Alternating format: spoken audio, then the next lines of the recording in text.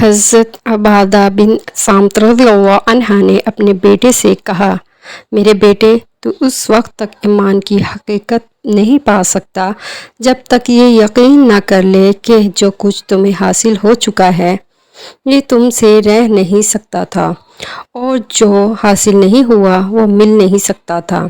میں نے رسول اللہ صلی اللہ علیہ وآلہ وسلم سے سنا ہے کہ آپ فرما رہے تھے، سب سے پہلی چیز جو اللہ نے پیدا فرمائی وہ قلم تھی، پھر اس سے فرمایا کہ لکھو۔ اس نے کہا، اے میرے رب، کیا لکھوں؟ اللہ تعالیٰ نے فرمایا، قیامت قائم ہونے تک ہر چیز کی تقدیر لکھو۔